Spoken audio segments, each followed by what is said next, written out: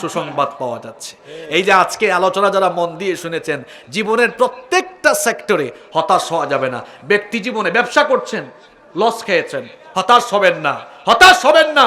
সন্তানাদি নাই, হতাশ হবেন না।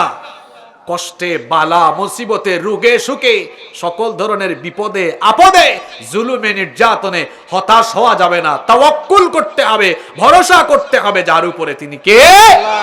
আল্লাহর উপর তাওয়াক্কুল করলে জীবনের প্রত্যেকটি সেক্টরে আপনি সফল হবেন ইনশাআল্লাহ। আপনারা দীর্ঘ রাত পর্যন্ত ছিলেন। এই যে আজকে আমার দেশে ওয়াজ মাহফিলে মানুষ বেশি না নামাজের জামাতে মানুষ বেশি? আপনারাই জবাব দিলেন।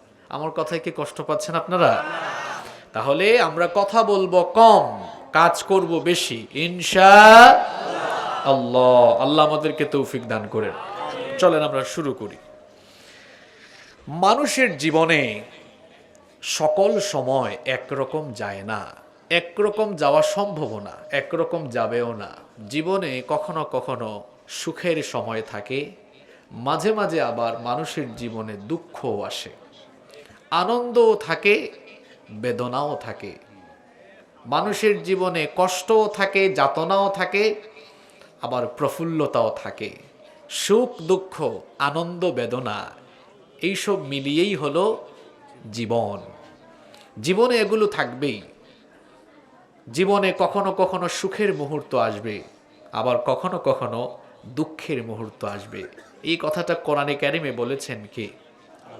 আরেকটু জুড়ে বলেন।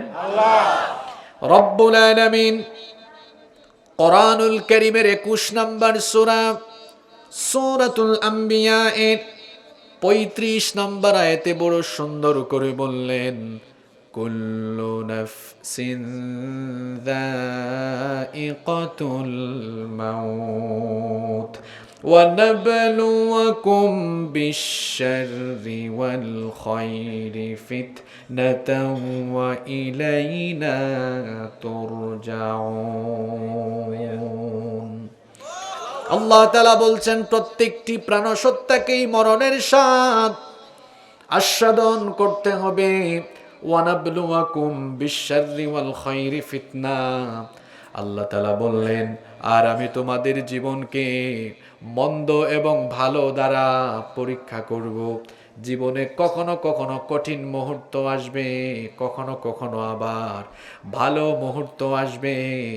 এই ভালো মুহূর্ত আর কঠিন মুহূর্ত দিয়ে আমাদের জীবনকে যিনি পরীক্ষায় ফেলবেন, পুরুষোচিত কণ্ঠে গলার আওয়াজ বড় করে বলেন, তিনি কি? কিন্তু যে ইমানদার, যে ব্যক্তি মুমিন, সুখের সময়ও বলবে আল্লাহ, দুঃখের সময়ও বলবে আল্লাহ। কখনো সে কষ্টের সময়ে, বালা মুসিবতের সময়ে, দুঃখের সময়ে আল্লাহর রহমত থেকে নিরাশ হয়ে যাবে না। কারণ একজন মুমিন, একজন ইমানদার কখনো হতাশাগ্রস্ত হতে পারে না, ডিপ্রেশনে ভুগতে পারে না, আপসেট হতে পারে না। কোরআনুল কারীমের 15 নম্বর সূরা সূরাতুল হিজরের 56 নম্বর আয়াতে রব্বুল আলামিন আরো সুন্দর করে বললেন, وَمَن يَقْنَطُ مِن رَّحْمَةِ رَبِّهِ إِلَّا الضَّالُّونَ। আল্লাহ তাআলা বললেন, পথভ্রষ্ট গোমরা লোক ছাড়া অন্য কেউ কখনো আল্লাহর রহমত থেকে নিরাশ হয় না। একজন ইমানদার, একজন মুমিন সব সময় যার রহমতের আশা করে, জুড়ে বলেন, তিনি কি? কোরআনুল কারীমের 12 নম্বর সূরা সূরা ইউসুফের 87 নম্বর আয়াতে আল্লাহ আরো সুন্দর করে বললেন, ওয়ালা তাইআসু মির রাউহিল্লাহ ইন্নাহু লা ইয়াইআসু মির রাউহিল্লাহি ইল্লাল কওমুল কাফিরুন। আল্লাহ তাআলা বললেন, তোমরা আল্লাহর রহমত থেকে নিরাশ হয়ে যেও না। কারণ হলো, অবিশ্বাসী কাফের সম্প্রদায় ছাড়া আল্লাহর রহমত থেকে অন্য কেউ কখনো নিরাশ হয়ে যায় না। কিন্তু আমরা তো মানুষ, আমাদের স্বভাব হলো, আমরা দেখা যায় সুখের সময় আল্লাহকে মনে রাখি, দুঃখের সময় আমরা দেখা যায় আবার হতাশাগ্রস্ত হয়ে পড়ি, দিশেহারা হয়ে যাই। এজন্য রব্বুল আলামিন কোরআনুল কারীমের 17 নম্বর সূরা, সূরা বনী ইসরাঈলের 83 নম্বর আয়াতে বললেন, وَإِذَا أَنْعَمْنَا عَلَى الْإِنسَانِ أَعْرَضَ وَنَأَىٰ بِجَانِبِهِ وَإِذَا مَسَّهُ الشَّرُّ كَانَ يَئُوسًا। আল্লাহ তাআলা বলছেন, মানুষের অবস্থা, মানুষের স্বভাব হলো এমন, যখন আমি মানুষকে নেয়ামত দেই তখন সে গর্ব করে, তখন সে পিঠ ফিরাইয়া দেয়, আর যখন তাকে কোনো কষ্ট দুর্দশা তাকে ঘিরে ফেলে তখন সে হতাশাগ্রস্ত হয়ে যায়। কোরআনুল কারীমের 30 নম্বর সূরা, সূরাতুর রুমের 36 নম্বর আয়াতে আল্লাহ আরো সুন্দর করে বললেন, وَإِذَا أَذَقْنَا النَّاسَ رَحْمَةً فَرِحُوا بِهَا وَإِن تُصِبْهُمْ سَيِّئَةٌ بِمَا قَدَّمَتْ أَيْدِيهِمْ إِذَا هُمْ يَقْنَطُونَ। আল্লাহ তাআলা বলছেন, আর যখন মানুষকে আমি আমার রহমতের স্বাদ আস্বাদন করাই তখন সে আনন্দিত হয়, আর যখনই কোনো দুঃখ কষ্ট তাকে ঘিরে ফেলে তখন সে হতাশাগ্রস্ত হয়ে যায়, তখনই সে নিরাশ হয়ে যায়। নিরাশগ্রস্ত হওয়া, হতাশাগ্রস্ত হওয়া, এটি কখনোই একজন মুমিনের স্বভাব হতে পারে না। আমাদের সমাজের চারপাশে এমন বহু মানুষ দেখবেন সব সময় শুধু আপসেট থাকে, নিরাশ থাকে, হতাশ থাকে। হতাশা হলো একটা বড় ধরনের রোগ। শারীরিক রোগের চাইতে হতাশার রোগ হলো মারাত্মক। হতাশার রোগ থাকলে আপনি কোনো কাজে আগাতে পারবেন না, কোনো কাজে সাকসেসফুল হতে পারবেন না। যেমন আজকের মাহফিল হলো, মাহফিল আয়োজন করতে গিয়েও যদি আয়োজক কমিটি হতাশায় থাকে মাহফিল সুন্দর হবে না। বক্তা যদি বক্তৃতা দিতে গিয়ে ডিপ্রেশনে ভুগে তার বক্তৃতা সুন্দর হবে না। আপনি পরীক্ষা দিবেন, পরীক্ষার আগে যদি ডিপ্রেশনে ভোগেন পরীক্ষায় ভালো ফলাফল আপনি অর্জন করতে পারবেন না। আপনি সাংসারিক লাইফে ডিপ্রেশনে থাকলে হাজব্যান্ড ওয়াইফের সম্পর্কটা সুন্দর হবে না, হাজব্যান্ড ওয়াইফের সম্পর্কটা মধুর হবে না। এক কথায় হতাশাগ্রস্ত থাকলে ব্যবসায় মন্দা হবে, হতাশাগ্রস্ত থাকলে জীবনের প্রত্যেকটা সেক্টরে ভালো করতে পারবেন না। এই জন্য হতাশাগ্রস্ত হতে কোরআনে যিনি নিষেধ করেছেন, গলার আওয়াজ বড় করে বলেন তিনি কে? একজন মুমিন কখনো হতাশাগ্রস্ত হবে না। নবী করিম সাল্লাল্লাহু আলাইহি ওয়াসাল্লাম বলেছেন, আল কাবাইরুশ শিরকু বিল্লাহ, আল্লাহর সাথে শিরক করা হলো কবিরা গুনাহ। ওয়াল ইয়াসু মির রাউহিল্লাহ,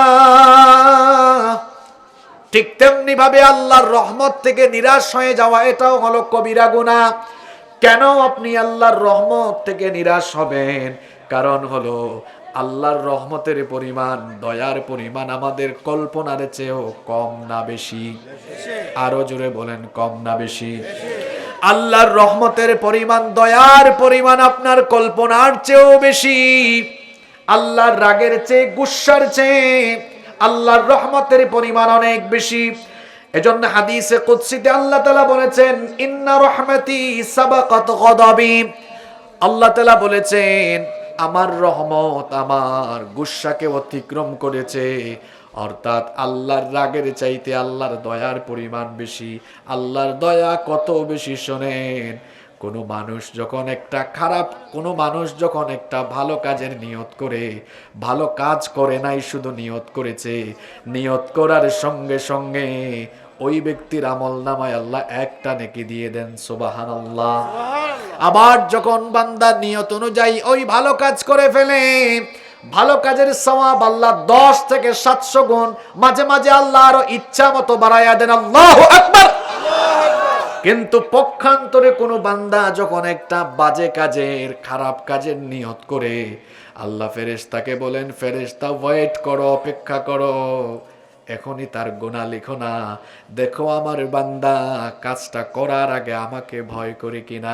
বান্দা যদি ভয় করে ওই খারাপ কাজ না করে ফেরেশতা কোনো গুনাহ লিখে না।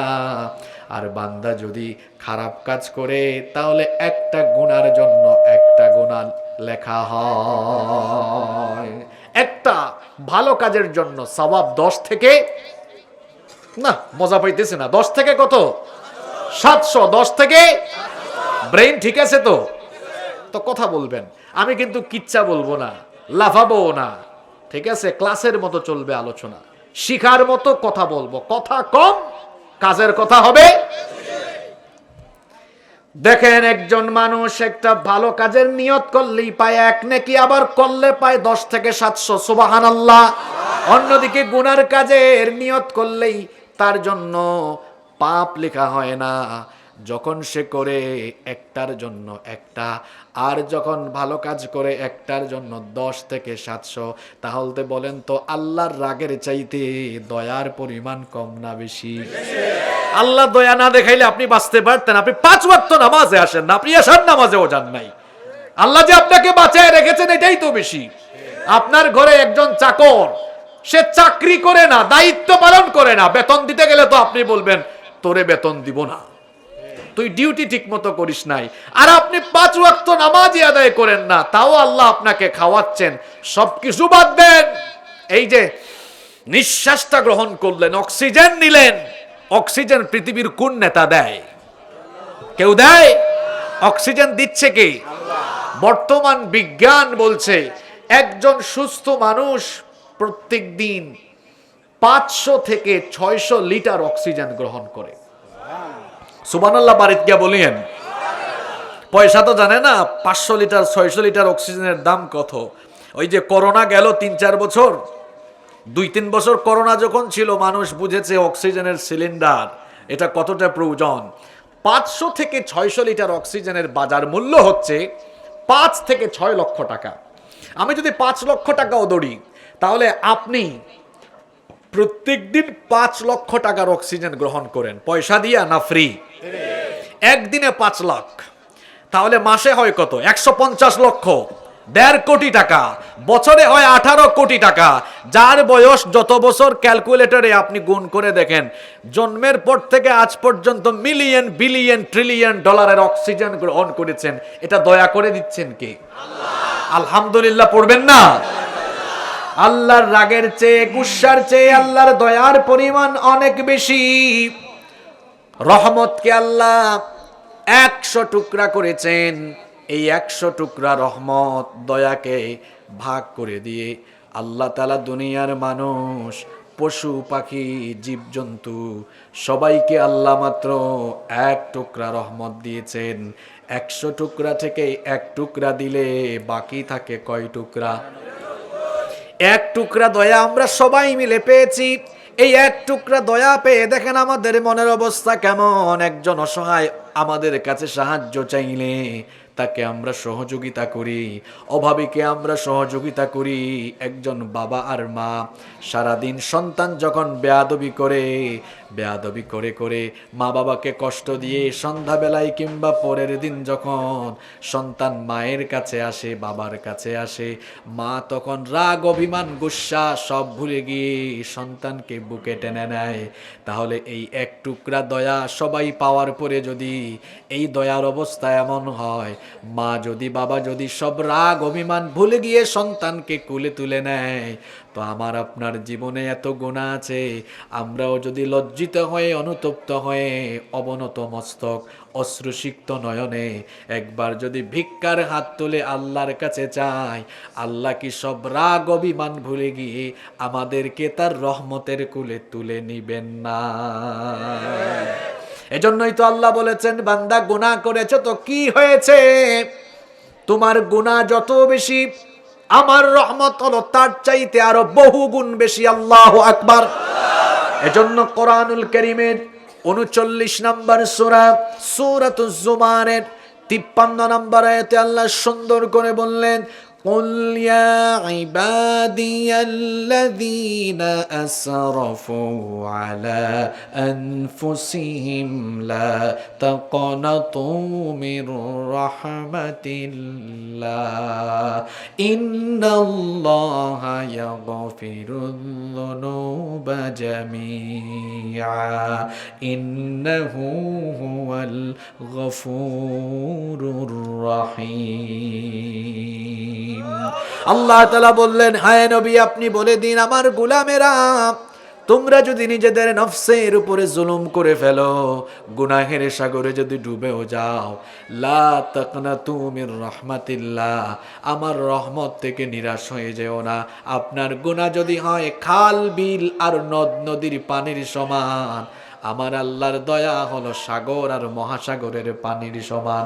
আপনার গুনাহ যদি হয় বিশাল ওই পাহাড়ের সমান, আমার আল্লাহর দয়া হলো মাথার উপরের আসমানের সমান। আপনার গুনাহ যদি হয় বিস্তৃত আকাশের সমান, আমার আল্লাহর দয়া হলো তার আরশের সমান। একজন মুমিন কখনো হতাশ হবে না, ফ্রাস্ট্রেট হবে না। ও আমার যুবক ভাইয়েরা, অনেক গুনাহ করে ফেলেছো, জিনা করে ফেলেছো, অন্যায় করে ফেলেছো, অপরাধ করে ফেলেছো, কতবার অপরাধ করেছো, কতবার গুনাহ করেছো। রহমত থেকে আল্লাহ বলেছেন নিরাশ হয়ে যেও না। আমাদের বাবা আদম আলাইহিস সালাম তিনি একটা ভুল করলেন, নিষিদ্ধ গাছের ফল ভক্ষণ করলেন। শয়তান নিষিদ্ধ গাছের ফল তাদেরকে ভক্ষণ করালো। এই অপরাধে আমাদের বাবা আর আমাদের মা সাইয়্যিদিনা আদম আলাইহিস সালাম আর সাইয়্যিদাতুনা হাওয়া আলাইহাস সালামকে আল্লাহ জান্নাত থেকে বের করে দুনিয়ায় পাঠায়া দিলেন। তারা হতাশ হলেন না, নিরাশ হলেন না, বরং লজ্জিত হয়ে আল্লাহর রহমতের আশা করে তারা ক্রন্দন করলেন, চোখের পানি ছাড়লেন। চোখের পানি এটা বড় দামি জিনিস।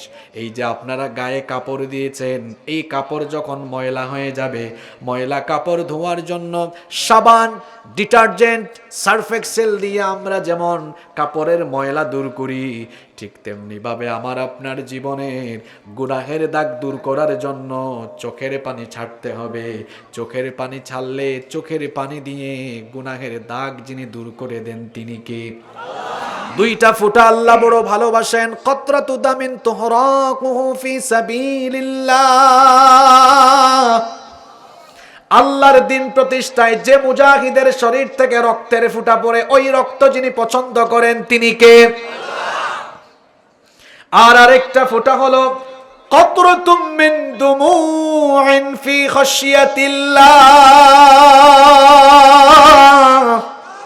আল্লাহর ভয়ে যেই বান্দার চক্ষু থেকে চোখের পানি ঝরে, অনেকের দিল পাথরের মতো শক্ত হয়ে গিয়েছে, চক্ষু থেকে পানি বের হয় না, যখন একাকী নীরবে নিভৃতে থাকে, খারাপ খারাপ চিন্তা করে। ও যুবক ভাইয়েরা, রাতের বেলা যখন ঘুমাও, ফোন হাতে নিয়ে আজে বাজে ভিডিও দেখো, মনে করছো কেউ দেখছে না। আর আল্লাহর রহমত প্রাপ্ত বান্দাদের বৈশিষ্ট্য হলো, আল্লাহর হাবিব বলেছেন, বুখারী, মুসলিম, তিরমিজি সহ বিখ্যাত হাদিসের অনেকগুলো গ্রন্থে এই হাদিস বর্ণিত হয়েছে, 7 শ্রেণীর মানুষকে রব্বুল আলামিন কিয়ামতের দিন আরশের ছায়ার নিচে জায়গা দিবেন। তার মধ্যে এক শ্রেণীর মানুষ হলো রাজুলুন যাকারাল্লাহু খালিয়ান ফাফাদাত আইনা। ওই ব্যক্তি, যে ব্যক্তি নীরবে নিভৃতে একাকী হয়ে গেলে আজে বাজে চিন্তা করে না, বরং নীরবে যখন নিভৃতে যখন একা হয়ে যায়, তখন চক্ষু বন্ধ করে পিছনের জিন্দেগির গুনাহের কথা চিন্তা করে। আহারে, কখনো তো রাতে ঘুমানোর আগে একটা বারো গুনাহের কথা ভাবেন না। এই মাঠে বসে আজকে একটু চিন্তা করেন তো, নিজের বিবেককে প্রশ্ন করেন, বালেগ হওয়ার পর থেকে আজকে পর্যন্ত কত গুনাহ করেছেন। দেখবেন মেমোরিতে অনেক গুনাহ আসবে, অনেক গুনাহের কথা মনে হবে। এই গুনাহগুলোর কথা স্মরণ করে আল্লাহর আযাবের ভয়ে, জাহান্নামের ভয়ে নীরবে নীরবে চোখের পানি ছাড়বে যারা, আল্লাহর আরশের ছায়ার নিচে জায়গা পাবে তারা। একজন মুমিন কখনো হতাশ হয় না, গুনাহ যদি করে ফেলে সে আল্লাহর রহমতের আশা করে আমাদের বাবা আদম আলাইহিস সালাম আর আমাদের মা সাইয়্যিদাতুনা হাওয়া আলাইহাস সালাম শত শত বছর কান্না করলেন, আল্লাহ তাদের উপর দয়া প্রবেশ হলেন, এরপরে আল্লাহ তাদের তওবা কবুল করলেন। তারপর তারা দুজনেই আল্লাহর রহমতের আশা করে কি দোয়া করলেন, এই দোয়াটা তো আপনাদের সবার মুখস্থ আছে। তারা তখন বললেন, পড়েন আমার সঙ্গে, রব্বানা যালামনা আনফুসানা ওয়া ইল্লাম তাগফির লানা ওয়া তারহামনা লানাকুনান্না মিনাল খাসিরিন। কি সুন্দর দোয়া, রব্বানা যালামনা আনফুসানা, হে আমাদের রব, আমরা আমাদের নিজেদের উপরে জুলুম করে ফেলেছি, ওয়া ইল্লাম তাগফির লানা ওয়া তারহামনা, যদি আমাদের উপর রহম না করো, দয়া না করো, লানাকুনান্না মিনাল খাসিরিন, তাহলে আমরা ক্ষতিগ্রস্তদের মধ্যে শামিল হয়ে যাব। তারা যখন অনুতপ্ত হয়ে অবনত মস্তক আর অশ্রুসিক্ত নয়নে আল্লাহর রহমতের আশা করে দোয়া করলেন, তাদেরকে মাফ যিনি করে দিলেন, সবাই বলেন তিনি কে? তাহলে গুনাহ করলেও নিরাশ হওয়া যাবে না। আবার মাঝে মাঝে জীবনের অন্যান্য ক্ষেত্রেও আমাদের মুসিবত আসতে পারে, মাঝে মাঝে ঘরে খাবার থাকবে না, অভাব অনটন। আজকের ওয়াজ কিন্তু জীবনের সাথে পরিবারের সাথে মিলাইয়া করব, খুব মন দিয়ে শুনেন।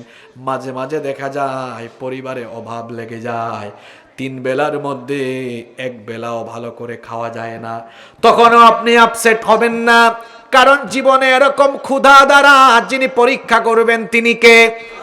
মাঝে মাঝে দেখবেন বিয়ে করেছেন 2 বছর 3 বছর 5 বছর 7 বছর সন্তান হয় না, তখনও আপনি হতাশ হবেন না। মাঝে মাঝে দেখা যাবে আল্লাহ সন্তান দিয়েছেন, পেটেই সন্তান মেরে ফেলেছেন, আবার দেখবেন সন্তান জন্ম হয়েছে কয়েকদিন, কয়েক মাস বা কয়েক বছর পরে আল্লাহর মাল আল্লাহ আবার নিয়ে নিবেন।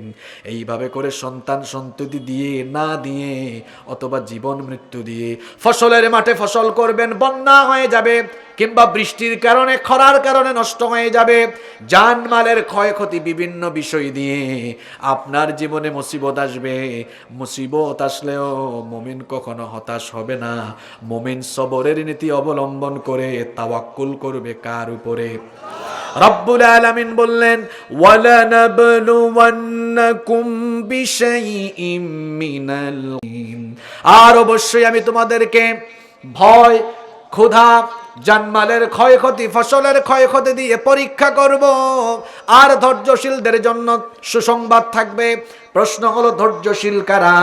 পরের আয়াতে আল্লাহ ধৈর্যশীলদের পরিচয় দিলেন, আল্লাযীনা ইযা আসাবাতহুম মুসিবাতুন ক্বালু ইন্না লিল্লাহি ওয়া ইন্না ইলাইহি রাজিউন।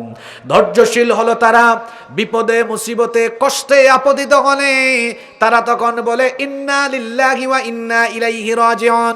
আমাদের দেশের বেশিরভাগ মানুষ জানে এটা হলো মানুষ মরার দোয়া। কোন মানুষ মারা গেলে দেখা যায় মানুষ এটাই পড়ে, মসজিদেও এটা ঘোষণা হয়, কিন্তু এটা আসলে মানুষ মরার দোয়া নয়। এটা হলো যে কোনো বালা মুসিবতে বিপদে পড়ে গেলে এই দোয়া পড়তে হয়, ইন্না লিল্লাহি ওয়া ইন্না ইলাইহি রাজিউন। এর অর্থ হলো নিশ্চয়ই আমরা কার? আবার ফিরে যাব আমরা কার কাছে? এটা কি কম বড় কথা? হ্যাঁ, আপনার ব্যবসা বাণিজ্যে ক্ষতি হয়েছে, ইন্না লিল্লাহি ওয়া ইন্না ইলাইহি রাজিউন, অসুবিধা নাই, আল্লাহর জিনিস আল্লাহ দিয়েছেন, আল্লাহ নিয়েছেন, এটা বলতে পারা এটা কিন্তু কম বড় কথা না। কয়জন মানুষের মুখ দিয়ে এটা বের হয়? যেমন আমাদের সমাজে একটা প্রচলিত কথা আছে, প্রচলিত একটা কথা আছে, আল্লাহ যা করে এটা ভুল কথা। তো আল্লাহ কি সব ভালোই করে? মাঝে মাঝে কি আপনার জীবনে দুঃখ দিয়ে আল্লাহ কি পরীক্ষা নেন না? আল্লাহ যা করে ভালোই করে, এটা না বলে বলবেন আমার জন্য আল্লাহর সিদ্ধান্ত উত্তম, তিনি আমার জীবনের যে কোনো ব্যাপারে যে সিদ্ধান্ত নেবেন তাতে আমি সন্তুষ্ট। বলতে পারবেন তো? বলতে পারবেন তো? আসেন আপনাদেরকে বেশ কিছু নবীদের জীবনী থেকে শোনাই, তারা কিভাবে জীবনের বিভিন্ন ক্ষেত্রে হতাশাগ্রস্ত, নিরাশ না হয়ে আল্লাহর উপর তাওয়াক্কুল করেছেন। শুনবেন তো ইনশাআল্লাহ? আপনাদের সাথে আজকের কথাগুলো মিলবে ইনশাআল্লাহ। সুস্থ আছি, ভালো আছি, কিন্তু যখন একটু অসুস্থ হয়ে যায় বলে আল্লাহ কি আর কাউরে পায় না, শুধু আমার এই আল্লাহ রোগবালাই দেয়। মাঝে মাঝে অসুস্থতা দিয়েও আপনাকে যিনি পরীক্ষা করেন তিনি কি? এক দুই দিন, এক দুই মাস অসুস্থ হয়ে গেলে আপনি নিরাশ হয়ে যায়েন না, হতাশ হয়ে যায়েন না। সাইয়েদনা আইয়ুব আলাইহিস সালাম একদিন আর দুই দিন নয়, একটানা 18 বছর তিনি রোগে সুখে এবং বিভিন্ন দুঃখ কষ্টে পতিত হয়েছিলেন। আহারে, তার দুঃখ কষ্ট এক দুই দিন নয়, 18 বছর পর্যন্ত তার উপরে দুঃখ আর দুঃখ, কষ্ট আর কষ্ট। এমন এক চর্ম রোগ হয়েছিল, গোটা শরীরে পচন ধরে গিয়েছিল, পোকা ধরে গিয়েছিল, শরীর থেকে মাংসগুলো খসে খসে পড়ছিল, গোটা শরীরের মধ্যে দুর্গন্ধ হয়ে গিয়েছিল। তার পরিবার পরিজন আত্মীয় স্বজন প্রায় সবাই তাকে পরিত্যাগ করেছিল। এই রকম অবস্থা, শরীর পচতে পচতে যখন তার জিহ্বায় পচন ধরা আরম্ভ হলো, 18 বছর হয়ে গিয়েছে, একেবারে কোনো শব্দ করলেন না। 18 বছর হয়ে গেল, এবার তিনি প্রথমবারের মতো আল্লাহর রহমতের আশা করে তিনি এবার মুখ খুললেন, দোয়া করলেন। আল্লাহ তাআলা কোরআনে কারীমে তার দোয়া উঠিয়ে দিয়েছেন। কোরআনুল কারীমের 21 নম্বর সূরা সূরাতুল আম্বিয়া এর 83 নম্বর আয়াত থেকে এসেছে, ওয়া আইয়ুবা ইয নাদা রাব্বাহু আন্নী মাসসানিয়াদ الضر وأنت أرحم الراحمين। আর স্মরণ করো আমার আইয়ুবের কথা, যখন সে তার রবকে বলেছিল, কি সুন্দর দোয়া শুনেন, আন্নী মাসসানিয়াদ দুরর, হে আল্লাহ আমি তো দুঃখ কষ্টে আপতিত হয়েছি, ওয়া আনতা আরহামুর রাহিমিন, আর আপনি তো হচ্ছেন দয়ালু, আপনি তো হলেন মেহেরবান, আমাকে মাফ করেন, বালা মুসিবত দূর করেন। এটা বললেন না, বললেন আল্লাহ তোমার দয়া অনেক বেশি, তুমি তো দয়াবান, তুমি তো মেহেরবান। 18 বছর দুঃখ কষ্টে মুসিবতে শারীরিক অসুস্থতায় ভোগার পরে আল্লাহর নবী আইয়ুব আলাইহিস সালাম তিনি যখন আল্লাহর কাছে দোয়া করলেন, তার দোয়া কবুল করে নিলেন কে? আরো জোরে বলেন কে? আল্লাহ তাআলা জবাব দিলেন, فاستجبنا له فكشفنا ما به من ضر وآتيناه أهله ومثلهم معهم رحمة من عندنا وذكرى للعابدين। আল্লাহ তাআলা বললেন, আমি তার ডাকের সাড়া দিলাম, তার দুঃখ কষ্ট সব আমি দূর করে দিলাম। কেমনে আল্লাহ দূর করে দিলেন শোনেন, কোরআনুল কারীমের 38 নম্বর সূরা সাদের 42 নম্বর আয়াতে আল্লাহ বলছেন, উরকুদ বিরিজলিকা হাযা মুগতাসালুম বারিদুন ওয়া শারাব। আল্লাহ বললেন, আইয়ুব তুমি পা দিয়ে মাটিতে আঘাত করো। পা দিয়ে তিনি তখন মাটিতে আঘাত করলেন, মাটি ফেটে তখন ঝর্ণা উদ্গত হয়ে গেল। আল্লাহু আকবার। সুশীতল পানি, ঠান্ডা পানি এবং স্বচ্ছ পানি যখন মাটি ফেটে বের হলো, আল্লাহ বললেন, আইয়ুব এই পানি দিয়ে তুমি গোসল করো। তিনি যখন এই পানি দিয়ে গোসল করলেন, তার শরীরের সকল রোগ যিনি ভালো করে দিলেন তিনি কে? শোনেন, এখানে অসুস্থ অনেক মানুষ আছেন, হতাশ হয়ে যায়েন না। শারীরিক অসুস্থতা, দুঃখ কষ্ট, বালা মুসিবতে কখনো হতাশাগ্রস্ত হয়ে যায়েন না। 18 বছর দুঃখ কষ্টে থাকার কারণে আইয়ুব নবীর কোনো সম্পদ ছিল না। 18 বছর ধৈর্য ধরার কারণে আল্লাহ তাকে কেমন সম্পদের মালিক বানালেন শোনেন। শুনতেছেন আপনারা? তার বাড়ির উঠানের মধ্যে 2টা মেঘের টুকরা আসলো। জোরে বলেন কয়টা? 2টা মেঘের টুকরা আসলো। একটা মেঘের টুকরা থেকে, আমরা তো জানি মেঘের টুকরা থেকে বৃষ্টি নাজিল হয়, কিন্তু 2টা মেঘের টুকরা, একটা মেঘের টুকরা থেকে তার বাড়ির উঠানের মধ্যে স্বর্ণ নাজিল হলো, আর একটা টুকরা থেকে রৌপ্য নাজিল হলো। সম্পদ দিয়ে তাকে ভরপুর করে দিলেন কে? তিন বেলা খেতে পারেন না, অভাব অনটন দুঃখ কষ্ট বালা মুসিবত, হতাশ হবেন না। সকাল বেলার ফকিরকে বিকাল বেলা ধনী বানায়া দিতে পারেন কে? সকাল বেলার ধনীকে বিকাল বেলায় রাস্তার ফকিরি বানায়া দিতে পারেন কে? এজন্য মোমেন কখনো হতাশ হবে না। বিপদে পড়ে গিয়েছেন, খুব বিপদ, কেউ আপনাকে সাহায্য করছে না, আপনার বিপদ দেখে কেউ এগিয়ে আসে না, একটু সহযোগিতাও করে না, কোনো অসুবিধা নাই, আমার বিপদ থেকে আমাকে বাঁচাতে পারবেন কি? আপনারা কি ইউনুস নবীর কাহিনী জানেন না? তিনি যখন সাগরের মধ্যে মাছের পেটে চলে গেলেন, কোন কোন রওয়ায়াতে এসেছে 3টা অন্ধকারে তিনি পড়ে গিয়েছিলেন। একটা অন্ধকার হলো রাতের অন্ধকার, 2 নাম্বার অন্ধকার হলো সাগরের তলদেশের অন্ধকার, 3 নাম্বার অন্ধকার হলো মাছের পেটের ভেতরের অন্ধকার। 3টা অন্ধকারে পড়ে গেলেন। এমন জায়গা মাছের পেটের ভেতরে, সাগরের তলদেশে মাছের পেটের ভেতরে, চিৎকারও যদি করেন আওয়াজ তো মাছের পেটের বাহিরে যাবে না, সাগরের কেউ তাকে সাহায্য করতে পারবে না, জমিনের কেউ পারবে না, আসমান জমিনের কোনো ফেরেশতাও পারবে না। আল্লাহর নবী ইউনুস আলাইহিস সালাম এই মহা বিপদে পড়ে তিনি হতাশাগ্রস্ত না হয়ে, নিরাশ না হয়ে যাকে ডাক দিলেন, গলার আওয়াজ বড় করে বলেন, তিনি কি? মাছের পেটের ভেতর থেকে আল্লাহকে ডাক দিলেন, তিনি বললেন, এটার নাম দোয়ায়ে ইউনুস। এই দোয়াটা আপনাদের অনেকের মুখস্থ আছে, কোরআনে কারিমে আল্লাহ তার দোয়া উঠায় দিলেন। তিনি বললেন, লা ইলাহা ইল্লা আনতা সুবহানাকা ইন্নী কুনতু মিনাজ জালিমিন। আল্লাহ, তুমি ছাড়া কোনো ইলাহা নাই, তুমি ছাড়া কোনো মাবুদ নাই, আমি তো জুলুম করে ফেলেছি, তুমি আমাকে সাহায্য করো। আল্লাহকে যখন ডাকলেন, কেউ তাকে সাহায্য করলো না, কেউ তার সাহায্যে এগিয়ে আসলো না। আল্লাহ বললেন, কেউ তার সাহায্যে এগিয়ে না আসলেও আমি আরশের মালিক আল্লাহ, তার বিপদ থেকে আমি তাকে বাঁচিয়ে দিয়েছি। আল্লাহ সাথে সাথে জবাব দিলেন, ফাস্তাজাবনা লাহু ওয়া নাজ্জাইনাহু মিনাল গাম্মি ওয়া কাযালিকা নুনজিল মুমিনিন। আমি আমার ইউনুসের ডাকের জবাব দিলাম, তাকে তার বিপদ থেকে বাঁচিয়ে দিলাম।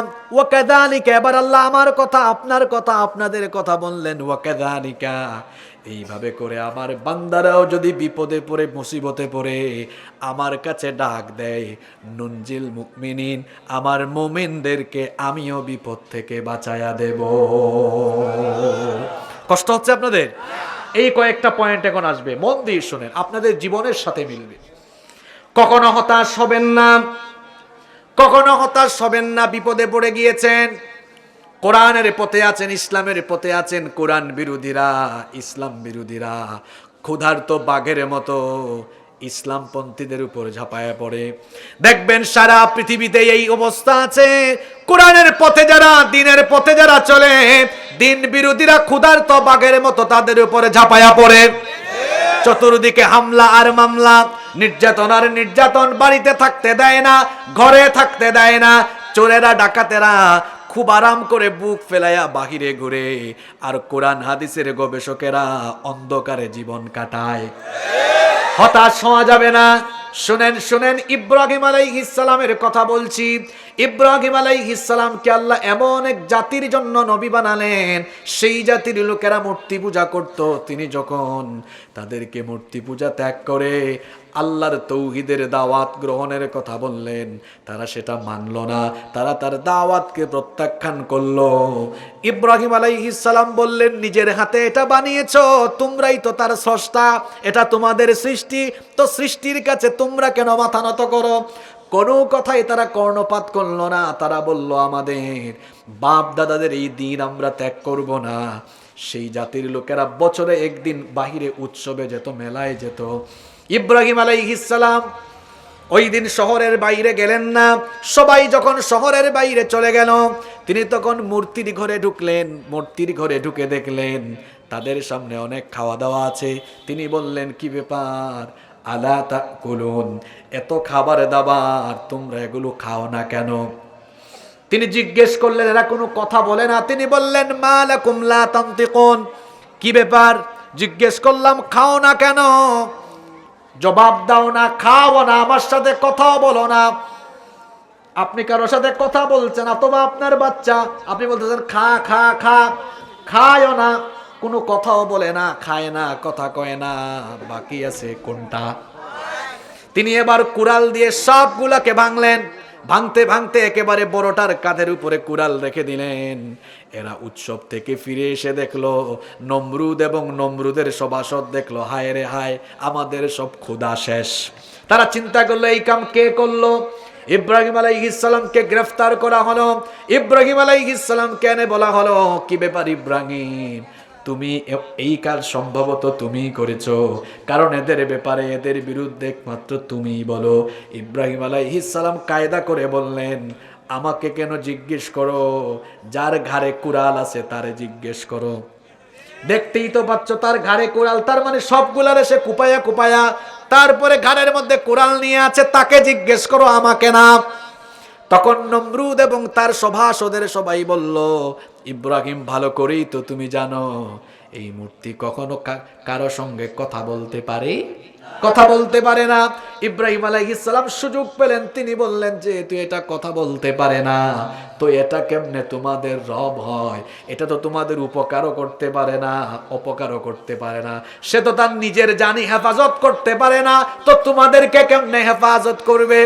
এই কথা তিনি যখন বললেন, নমরুদ এবং তার মন্ত্রী পরিষদ তখন বলল, قالوا حرقوه وانصروا آلهتكم إن كنتم فاعلين। এখন ইব্রাহিমকে ধরো, আগুনের কুণ্ডলী জ্বালাও আর আগুনের কুণ্ডলীতে তাকে নিক্ষেপ করো। আগুনের বিশাল কুণ্ডলী জ্বালানো হলো। ও আমার পাবনার ভাইয়েরা, বাবারা শোনেন, আল্লাহর দ্বীনের দাওয়াত দিতে গিয়ে নির্যাতিত হওয়া, জুলুমের রোশানলে পাওয়া, এটা আজকে নতুন কোনো বিষয় নয়। আমরা ইব্রাহিমের সন্তান, আমাদের জাতির পিতা ইব্রাহিম। ইব্রাহিম নবী দাওয়াত দিতে গিয়ে জালেমদের জুলুমের শিকার হয়েছে, তার জন্য আগুনের বিশাল আগুনের কুণ্ডলী জ্বালানো হলো। আগুনে যখন ফেলা হবে, সাইয়েদনা জিবরিল আসলেন, এসে বললেন, ওগো আল্লাহর খালিল ইব্রাহিম, আপনাকে আগুনের কুণ্ডলিতে ফেলে দেওয়া হবে। আপনি আমাকে হুকুম করেন, আমার একটা ডানার ঝাপটা দিয়ে যখন বাড়ি দিব, এই আগুনের কুণ্ডলী সাগরে গিয়ে পড়ে যাবে। আল্লাহু আকবার। ইব্রাহিম আলাইহিস সালাম বললেন, জিবরিল তুমি যে এটা করবা, এটা কি আল্লাহর হুকুম নাকি? তিনি বললেন, না, আমি আপনাকে সাহায্য করার জন্য এসেছি। ইব্রাহিম নবী বললেন, তোমার সাহায্যের আমার দরকার নাই, যে আল্লাহর দ্বীনের জন্য আগুনে ঝাঁপ দিব, ওই আল্লাহর সাহায্য আমার দরকার। সুবহানাল্লাহ কইতে মন চায় না? তোমার সাহায্য লাগবে না, যার দ্বীনের জন্য আগুনে ঝাঁপ দিব তার সাহায্য দরকার। তোমার কাছে আমি কোনো সাহায্য চাই না, আমি জানি আমার আল্লাহ আমাকে এই অবস্থা থেকে হেফাজত করবেন, আমি নিরাশ নই, হতাশ নই। তিনি তখন বললেন, হাসবিয়াল্লাহু ওয়া নি'মাল ওয়াকিল, আমার জন্য আমার আল্লাহ যথেষ্ট। সুবহানাল্লাহ। এই কথা শুনে আল্লাহ খুশি হয়ে গেলেন। আল্লাহ বললেন, ইয়া নারু কুনি বারদাম ওয়া সালামান আলা ইব্রাহিম। আগুনের মালিক আমি, আপনি না, আল্লাহ।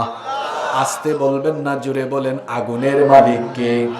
আল্লাহ আগুনকে বলবেন, আল্লাহ আগুনকে বললেন, ইয়া নারু কুনি বারদান ওয়া সালামান আলা ইব্রাহিম।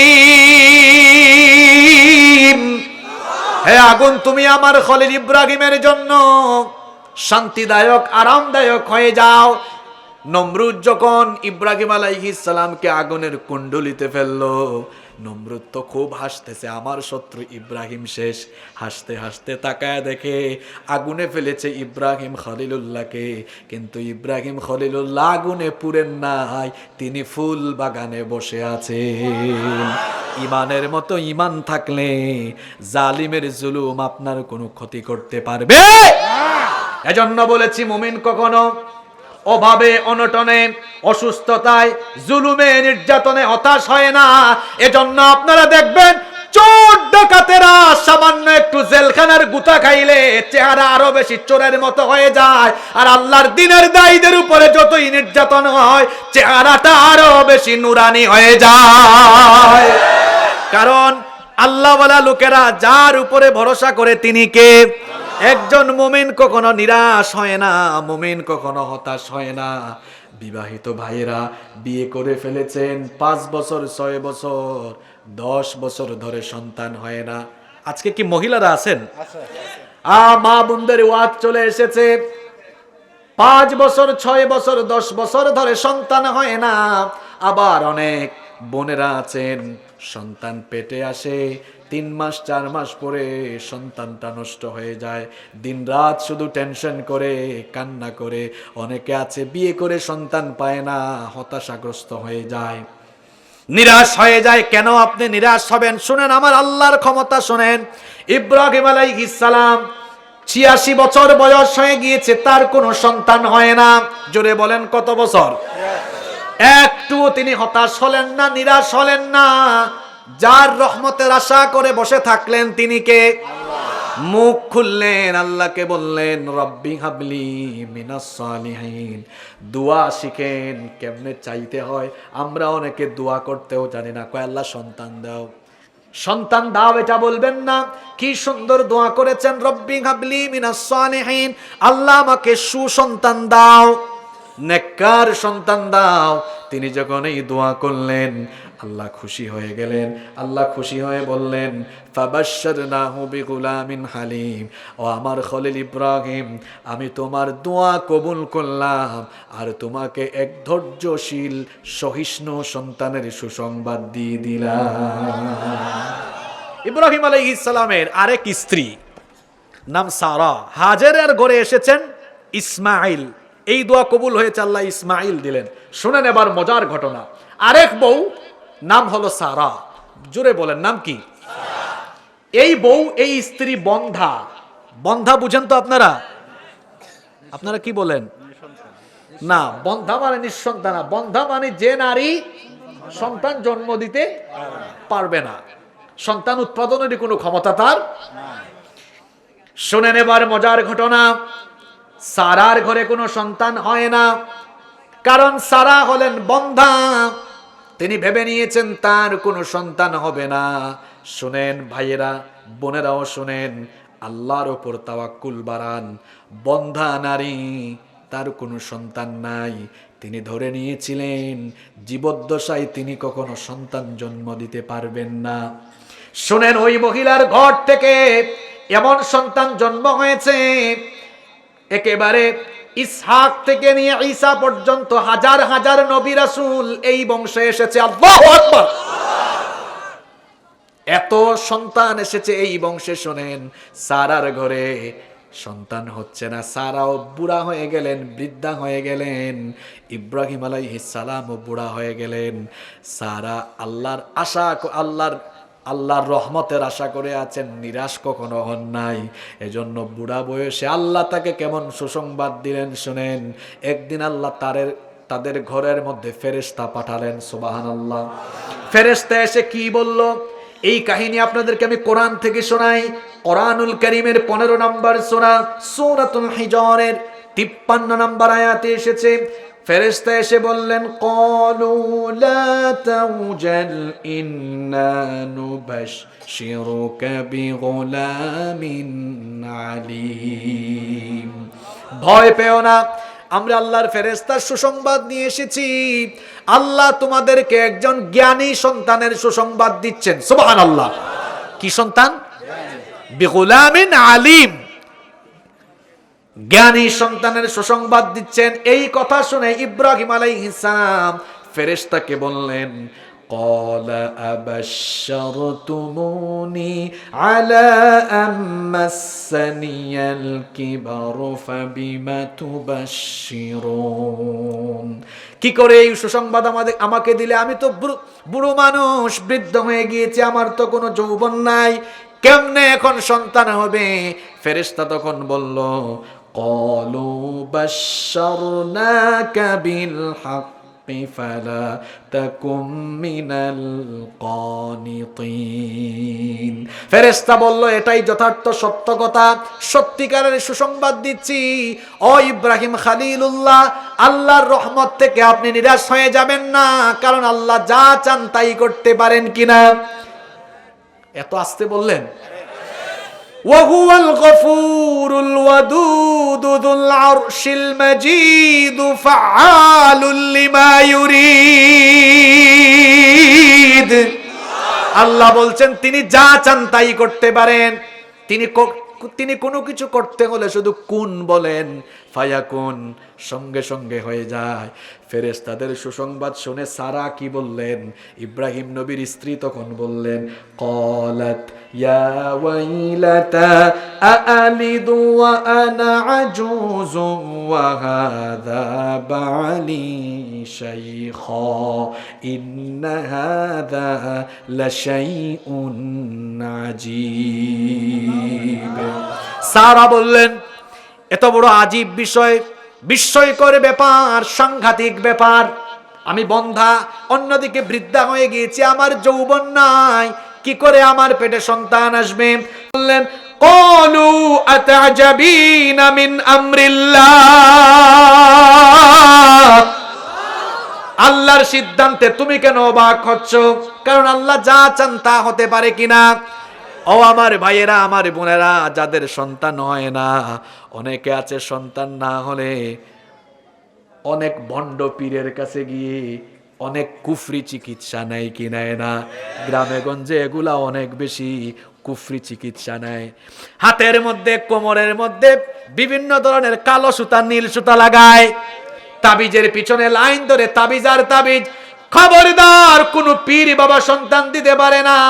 অনেকে আছে মাজারে যায়, মাজারে গিয়ে মাজারে সাজদা দেয়, মাজারে সন্তান চায়। কুকুর, বলেন তো কুকুর যে বছরে বাচ্চা দেয়, কুকুর বছরে কয়টা বাচ্চা দেয়? বলেন তো কুকুর কি কারো কাছ থেকে তাবিজ নেয় নাকি? কুকুর কি কোনো মাজারে গিয়ে সাজদা দেয় নাকি? আপনি তো মানুষ, সৃষ্টির সম্মানিত, কুকুরের চাইতে আরো খারাপ কাজ আপনি করেন কেন? একটা কুকুরের এত সন্তান হয়, কারো কাছে যাওয়া লাগে না। আপনারও সন্তান হবে, তাওয়াক্কুল বাড়াতে হবে কার উপরে? হতাশ হবেন না, নিরাশ হবেন না। জাকারিয়া আলাইহিস সালামের কথা বলছি, তিনিও বুড়া হয়ে গিয়েছেন, তার স্ত্রী বৃদ্ধা, তার স্ত্রীও বন্ধা ছিলেন, তার স্ত্রীর সন্তান হওয়ার কথা ছিল না। জাকারিয়া আলাইহিস সালামের নাম আপনারা জানেন কিনা? তিনি ছিলেন মারিয়াম আলাইহিস সালামের খালু। মারিয়াম হচ্ছেন পৃথিবীর শ্রেষ্ঠ নারীদের মধ্যে অন্যতম। কোরআনে কারিমে তার নামে একটা সূরাও আছে না নাই? ইমরানের স্ত্রী নিয়ত করেছিলেন, মান্নত করেছিলেন, তার সন্তান যদি হয় আল্লাহর পথে উৎসর্গ করবেন। মনে মনে ভেবেছিলেন ছেলে হবে, কিন্তু হয়ে গেছে মেয়ে। হওয়ার পর তারা বললেন হায় হায় হায়, আমার তো মেয়ে হয়ে গিয়েছে। আল্লাহ বললেন লাইসা যাকারু কাল উনসা, মেয়ের চাইতেও এই কন্যা ভালো। এরপরে তারা এই কন্যা সন্তানকে বাইতুল মুকাদ্দাস মসজিদে আকসার মধ্যে বড় হওয়ার জন্য সেখানে দিলেন। তার দায়িত্ব পেয়ে গেলেন তার খালু জাকারিয়া আলাইহিস সালাম। জাকারিয়া আলাইহিস সালাম তার দেখাশোনা করতে লাগলেন। মারিয়াম আলাইহিস সালাম একটু বড় হলেন।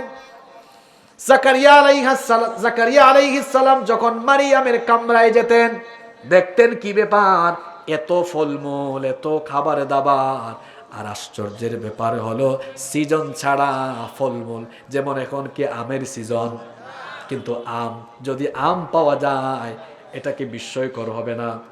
তিনি গিয়ে দেখলেন মারিয়ামের ঘরে বেসিজনের ফল, সিজনের ফল বেসিজনে, এত খাবার দাবার। জিজ্ঞেস করলেন, শুনেন কোরআন থেকে শোনাই, সূরা আলে ইমরানের 37 নম্বর আয়াত থেকে শোনাচ্ছি। কুল্লামা দাখালা আলাইহা যাকারিয়াল মিহরাব ওয়াজাদা ইনদাহা রিজকা। যখনই জাকারিয়া মারিয়ামের ঘরে যেতেন, সেখানেই তিনি অনেক খাদ্য সামগ্রী দেখতেন। তিনি মারিয়ামকে জিজ্ঞেস করলেন, قال يا مريم أني لك هذا قالت হুয়া মিন ইনদিল্লাহ। তিনি বললেন, মারিয়াম তোমার ঘরে এত খাবার দাবার কোথা থেকে আসে? মারিয়াম বললেন, হুয়া মিন ইনদিল্লাহ, এগুলো যার নিকট থেকে আসে তিনি কে? তিনি বললেন, ইন্নাল্লাহা ইয়ারযুকু মান ইয়াশাউ বিগাইরি হিসাব, আল্লাহ যাকে চান তাকে বেহিসাবি রিজিক দান করেন। জাকারিয়া আলাইহিস সালাম ওই ঘরে থাকাকালীন অবাক হয়ে গেলেন। তিনি বললেন, সিজন ছাড়াও যিনি মানুষের ঘরে সিজনের ফল সিজনে দিতে পারেন, তা আমি বুড়া হয়ে গেছি, আমার স্ত্রীও বৃদ্ধা, আমার স্ত্রী বন্ধা, আমাদেরকেও এই অসময়ে আল্লাহ চাইলে সন্তান দিতে পারেন কিনা? ওখানেই তিনি নামাজরত অবস্থায় দেখেন সন্তানের জন্য এদিকে ওদিকে দৌড়াইয়েন না। জাকারিয়া কি করেছেন শুনেন, দাঁড়িয়ে গেলেন নামাজে। হুনালিকা দাআ জাকারিয়া রাব্বাহু, সেখানেই তিনি দোয়া করলেন। কি সুন্দর দোয়া, রব্বি হাবলি মিন লাদুনকা যুররিয়াতান তাইয়্যিবা, হে আল্লাহ তোমার তরফ থেকে আমাকে পবিত্র সন্তান দাও। আল্লাহু আকবার। তিনি নামাজে দাঁড়ালেন, দোয়া করলেন, রব্বি লা তাযরনি ফারদান ওয়া আনতা খায়রুল ওয়ারিসিন, আল্লাহ আমাকে উত্তরাধিকারহীন করে দিও না, আমাকে উত্তরাধিকার দান করো। তিনি যখন আল্লাহর কাছে রহমতের আশা করে সন্তান চাইলেন, তাকে ইয়াহইয়ার সুসংবাদ দিয়ে দিলেন। তিনি কে? সুতরাং সন্তান না হলে তাবিজের পিছনে দৌড়ায়েন না। 9 বছর, 10 বছর, 13 বছর, 14 বছর সন্তান হয় না, হতাশ হয়ে যাইয়েন না। আমার পরিবার দিয়ে বলে, আমার বোন, আমার একটা মাত্র বোন 13 বছর পরে সন্তান হয়েছে, আলহামদুলিল্লাহ। হতাশ হইয়েন না, সন্তান আদি নাই, কিংবা অনেক সময় সন্তান জন্ম হয়েছে মারা গিয়েছে, হতাশ হইয়েন না। হতে পারে এর চাইতেও আরো উত্তম সন্তান আপনাকে দিয়ে দিবেন কি? আল্লাহর কাছে চাইবেন, আল্লাহর কাছে বেশি বেশি দোয়া করবেন।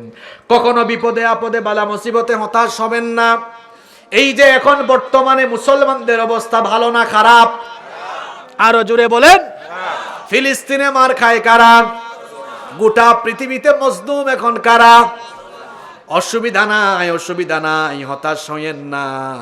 মুসা নবীর উম্মতের উপরে ফেরাউন যখন অত্যধিক পরিমাণ জুলুম নির্যাতন বাড়িয়ে দিল, আল্লাহ তাআলা মুসা নবীকে বললেন, তোমার উম্মত নিয়ে মিশর ছেড়ে তুমি চলে যাও।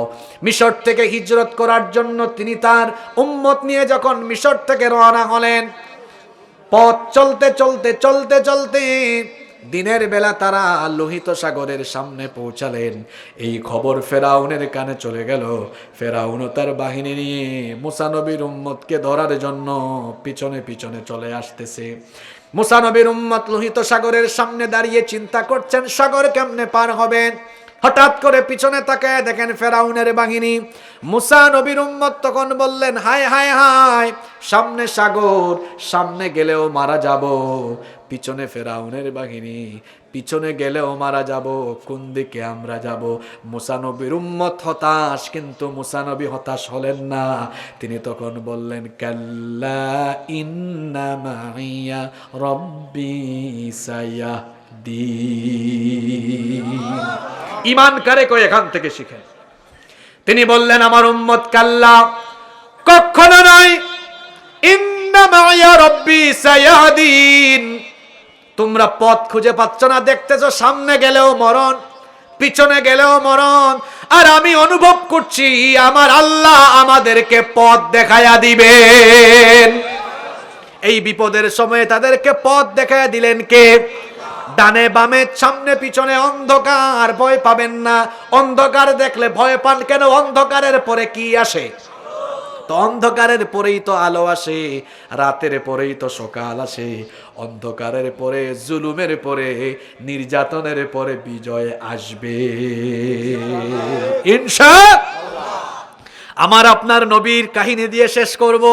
আমার আপনার নবী দাওয়াত আরম্ভ করলেন। দেখেন, আমার আপনার নবীর 3টা ছেলে ছিল, কিন্তু কোন ছেলে দুনিয়াতে বেঁচে থাকে নাই। নবীজি কি হতাশ হয়েছেন নাকি? মেয়ে দিয়েই খুশি অনেক ভাইয়েরা আছেন, ছেলে হয় না, শুধু মেয়ে আছে না নাই? মেয়ে হয়ে গেলে কপাল কালো, কেন কেন এত কপাল কালো হয় কেন? আমার নবীর তো একটা ছেলেও ছিল না, শুধু মেয়ে ছিল। আর এই মেয়ের বংশ থেকে কি কি কি উত্তরাধিকার আসলো দেখেন। আল্লাহর নবীর মেয়ে ফাতেমা রাদিয়াল্লাহু আনহা থেকে আসলো হাসান আর নবীজি বলেছেন হুমা রাইহানাতাই, এই হাসান আর হুসাইন হচ্ছে আমার সুগন্ধিত। নবীজি হাসান হুসাইনকে খুব ভালোবাসতেন। আপনার শুধু মেয়ে ছেলে হয় না, মন খারাপ করেন কেন?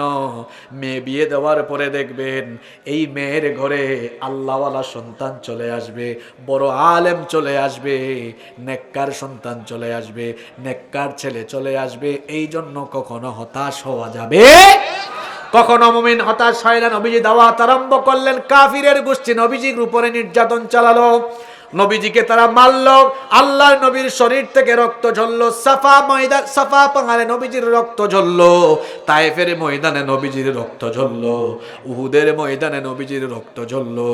আল্লাহর নবী কি হতাশ হয়ে দাওয়াত বন্ধ করেছেন নাকি? ইমানদারদের শরীর থেকে রক্ত গেলে, জীবন গেলেও ইমানদার কখনো ইমানের অগ্রযাত্রা থামিয়ে দেয় না, ঠিক কিনা? কারণ ইমানদাররা যাকে ভয় করে চলে, সবাই জুড়ে বলেন তিনি কে? শুনেন, হিজরতের রাতে যখন নবীজি সাইয়েদনা আবু বকর রাদিয়াল্লাহু আনহুকে নিয়ে মক্কা থেকে মদিনার উদ্দেশ্যে রওনা দিলেন, ভোরবেলা ফজরের ওয়াক্ত হয়ে হয়ে আসতেছে, এমন সময়ে তারা গারে সূরের মধ্যে আশ্রয় নিলেন।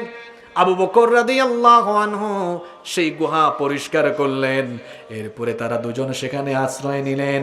কাফিরের গোষ্ঠী যখন তালাশ করতে করতে এই গুহার একেবারে কাছাকাছি চলে আসলো, আবু বকর নবীজিকে বললেন, ওগো আল্লাহর নবী, এটা এমন একটা ছোট্ট গুহা, আমরা যদি হালকা একটু মাথা উঁচু করে বসি তাহলে তারা দেখে ফেলবে, আর মনে হয় আমরা কাফিরদের থেকে রেহাই পাবো না।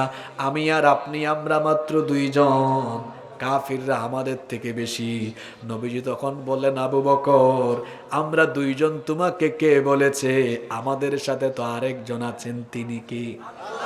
নবীজি তখন আবু বকরকে কি বললেন শুনেন, কোরআনে আল্লাহ উঠায়া দিয়েছেন। নবীজি তখন বললেন, লা তাহজান ইন্নাল্লাহা মা'না। লা তাহজান, হতাশ হয় না, নিরাশ হয় না, হতাশ হয় না, নিরাশ হয় না। ইন্নাল্লাহা মা'ানা, আমাদের সাথে আছেন যিনি, জুড়ে বলেন তিনি কে? আল্লাহ যার সাথে তার শক্তি কম না বেশি? আপনার সাথে যদি গোটা দুনিয়ার সব পরাশক্তি চলে আসে আর আমি যদি একা হই, কেউ যদি আমার সাথে নাও থাকে, আমার আল্লাহ যদি আমার সাথে থাকেন, তাহলে আমি বিজয়ী হব ইনশাআল্লাহ। কারণ আল্লাহর শক্তি হলো সবচাইতে বেশি, সকল শক্তি যার হাতের মুঠায় তিনি কি? এই জন্য হতাশ হওয়া যাবে না। আল্লাহ আমাদেরকেও বললেন, ওয়ালা তাহিনু ওয়ালা তাহজানু ওয়া আনতুমুল আ'লাউনা ইন কুনতুম মুমিনিন। হতাশ হয় না, ভীত সন্ত্রস্ত হয় না, তোমরা যদি মুমিন হও। কোরআন বিরোধীরা ইসলাম বিরোধীরা নয়, কোরআনওয়ালা লোকেরা, তোমাদের মতো ইমানদাররাই শেষমেশ বিজয়ী হবে। আল্লাহু আকবার। পাবনার মানুষেরা ফিনিশিং এ যে কথাগুলা বলছি সেগুলা শুনে যান। আজকে গোটা পৃথিবীতে ইসলাম আর মুসলমানদের উপর বিপদ চলছে, হতাশ হবেন না। এই যে এখন রাত 12:30 হয়ে গিয়েছে, আর তো মাত্র 5 ঘন্টা পরে দিনের আলো ফুটে উঠবে। অন্ধকারের পরে যেমন আলো আসে, রাতের পরে যেমন দিন আসে, ঠিক তেমনি ভাবে বালা মুসিবত, জুলুম, নির্যাতনের পরেও ইসলামের বিজয় আসবেই আসবে, কেউ ঠেকাতে পারবে না ইনশাআল্লাহ। গর্ভবতী মায়ের প্রসব বেদনা যত বেশি বাড়ে, সন্তান হওয়ার সম্ভাবনা কমে না বাড়ে? প্রসব বেদনা উঠলেই তো সন্তান হওয়ার সম্ভাবনাটা বেড়ে যায়। গোটা পৃথিবীতে এখন ইসলাম বিজয়ের প্রসব বেদনা শুরু হয়েছে। জালিমের গোষ্ঠী একজোট হয়ে আল্লাহর দ্বীনের দায়ীদের উপরে কুরবানি চালিয়ে দিচ্ছে, কারবালা চালিয়ে দিচ্ছে। আরে উলামা, ইসলাম পন্থীদের উপরে যে জুলুম নিপীড়ন এসেছে, এর থেকে ইসলাম বিজয়ের আভাস, ইসলাম বিজয়ের আগাম সংবাদ পাওয়া যাচ্ছে। আগামীর পৃথিবী ইসলামের পৃথিবী, আগামীর পৃথিবী কোরআনের পৃথিবী, আগামীর পৃথিবী ইমাম মাহদী শাসন করবেন। যে ফিলিস্তিনিদের উপর নির্যাতন চলছে, এই ফিলিস্তিন হবে আগামী দুনিয়ার কেন্দ্রবিন্দু, শাসন ব্যবস্থার কেন্দ্রবিন্দু। শেষ জামানার যে হাদিসগুলো আছে সেগুলো ভালো করে জেনে নেবেন। নবীজি ফিলিস্তিন সম্পর্কে ভবিষ্যৎবাণী করেছেন, এই ফিলিস্তিন হবে শেষ জামানার শাসন ব্যবস্থার হেডকোয়ার্টার। শাসন ব্যবস্থার ইমাম মাহদী আসবেন কোথায়? ইমাম মাহদী তার খেলাফতের হেডকোয়ার্টার, খেলাফতের প্রধান অফিস হবে ফিলিস্তিন। দাজ্জাল আসবে কোথায়? ফিলিস্তিনে। ঈসা নবী আসবেন কোথায়? ঈসা নবী আবার আসবেন না? আসবেন কোথায়? দাজ্জালকে মেরে ফেলা হবে কোথায়? তাহলে বোঝা গেল আগামীর পৃথিবীর সবচেয়ে গুরুত্বপূর্ণ স্থান হলো ওদিকে আমেরিকা বলছে, এবং তাদের যত গুলাম আছে, পশ্চিমা গুলাম, সবাই বলছে ফিলিস্তিনিদেরকে শেষ করে দাও। আর আমরা বলছি ফিলিস্তিনিরা থাকবে, তোমরা শেষ হয়ে যাবে। কেউ অস্ত্র দিয়ে, পারমাণবিক বোমা দিয়ে তোমাদেরকে শেষ করা লাগবে না, তোমাদেরকে শেষ করে দিবেন কে? আল্লাহ। দলিল কোথায়? দলিল কোথায় শোনেন, এখানে আলেমরা বসে আছেন। কিয়ামতের আলামত গুলো দুই প্রকার, আলামাতুস সুগরা, আলামাতুল কুবরা। ছোট আলামত, বড় আলামত। ছোট ছোট আলামত 100-র উপরে আছে, বড় বড় আলামত হলো 10টা। এই 10টা আলামতের মধ্যে 3টা আলামত হলো সালাসাতু খুসুফুন ফিল আরদ। কিয়ামত হওয়ার আগে পৃথিবীতে বড় বড় 3টা ভূমিধস হবে। কয়টা ভূমিধস? এই 3টা ভূমিধস পৃথিবীর কোন কোন দিকে হবে আমার মতো ছোট হুজুর বলা লাগবে না, বলে গিয়েছেন 1500 বছর আগে মুহাম্মদ সাল্লাল্লাহু আলাইহি ওয়াসাল্লাম। নবীজি বলেছেন একটা ভূমিধস হবে খাসফুন বিল মাশরিক, একটা হবে পৃথিবীর পূর্বে, আরেকটা হবে খাসফুন বিল মাগরিব, পৃথিবীর পশ্চিমে, আরেকটা হবে খাসফুন বি জাজিরাতুল আরব, আরেকটা হবে জাজিরাতুল আরবে। আপনারা তো শিক্ষিত মানুষ, পাবনার মানুষ, রাষ্ট্রপতির এলাকার মানুষ, বলেন তো বিশ্ব মানচিত্রে পৃথিবীর পশ্চিমে কোন কোন দেশ? সব দেশ নাও জানেন, বলেন না একটা দেশের নাম বলেন। আমেরিকা কোন দেশে? আরবকে বলেছে আপনাকে। আরব তো একদম, আরব তো হচ্ছে মিডল ইস্টে, আমেরিকা এবং তার আরো কিছু গুলাম দেশ আছে, আরো কিছু দেশ আছে, যেমন আপনার ফ্রান্স আছে, আছে না? কানাডা আছে, ফ্রান্স আছে, কানাডা আছে, যুক্তরাষ্ট্রই আমেরিকা আর কি। তো এই যে পশ্চিম দেশগুলো, পশ্চিমের দেশগুলো কিয়ামতের আগে এগুলো মাটির তলায়, মাটির তলায়। এটা মনে হয় অসম্ভব। হ্যাঁ, এই মুহূর্তে আল্লাহ যদি আমাদের এই জমিনের নিচে, বিজ্ঞান বলে টেকটনিক প্লেট আছে, এই টেকটনিক প্লেটে একটা নাড়াচাড়া দেন, আল্লাহর হুকুমে যদি নাড়াচাড়া হয় আর একটা ভূমিকম্প হয়, দেখেন নাই গত বছর তুরস্ক এবং সিরিয়া, না তুরস্ক এবং সিরিয়ায় এক রাতে 6000 ভবন। আল্লাহ কিছু করতে চাইলে সময় লাগবে? কথা বলেন, সময় লাগবে? যে আমেরিকা এবং তাদের 5টা গোলামেরা বলছে ফিলিস্তিনকে শেষ করে দাও, আজকে এই পাবনার মাহফিল থেকে নবীজির এই হাদিসকে সাক্ষ্য রেখে বলে গেলাম, জীবদ্দশায় আমরা দেখতে পারি আর না পারি, যেহেতু রেকর্ড হয়েছে, আমাদের আগামী প্রজন্ম এটা দেখবে। পৃথিবীর মানচিত্র থেকে আমেরিকা এবং পশ্চিমের দেশগুলো যারা তাদের গোলামি করে, এরা হারিয়ে যাবে বিশ্ব মানচিত্রে, এদের কোনো স্থানও থাকবে না, ফিলিস্তিন থাকবে। এবং এই মজলুমরা আগামীর পৃথিবী শাসন করবে, আগামীর পৃথিবী এরাই শাসন করবে। ফিলিস্তিনিদের ইমান আর আমার আপনার ইমান একরকম না। আমাদের ইমান পয়সার কাছে বিক্রি হয়, আমাদের ইমান নেতা নেত্রীদের আদর্শের কাছে বিক্রি হয়। আর ফিলিস্তিনিদের ইমান বোমা কেড়ে নিতে পারে না, বুলেট কেড়ে নিতে পারে না। ফিলিস্তিনিরা মরতে জানে, শহীদ হতে জানে, ইমান হারা হতে জানে না। হতাশ হওয়া যাবে না, হতাশ হওয়া, ফ্রাস্ট্রেট হওয়া যাবে না। চতুর্দিকে অন্ধকার, তো অন্ধকার এসেছে বলেই তো আলোর আগাম সুসংবাদ পাওয়া যাচ্ছে। এই যে আজকে আলোচনা যারা মন দিয়ে শুনেছেন, জীবনের প্রত্যেকটা সেক্টরে হতাশ হওয়া যাবে না। ব্যক্তি জীবনে ব্যবসা করছেন, লস খেয়েছেন, হতাশ হবেন না, হতাশ হবেন না। সন্তানাদি নাই, হতাশ হবেন না। কষ্টে, বালা, মুসিবতে, রোগে সুখে, সকল ধরনের বিপদে আপদে, জুলুমে, নির্যাতনে হতাশ হওয়া যাবে না। তাওয়াক্কুল করতে হবে, ভরসা করতে হবে যার উপরে, তিনি কে? আল্লাহর উপর তাওয়াক্কুল করলে জীবনের প্রত্যেকটি সেক্টরে আপনি সফল হবেন ইনশাআল্লাহ। আপনারা দীর্ঘ রাত পর্যন্ত ছিলেন, এই যে আজকে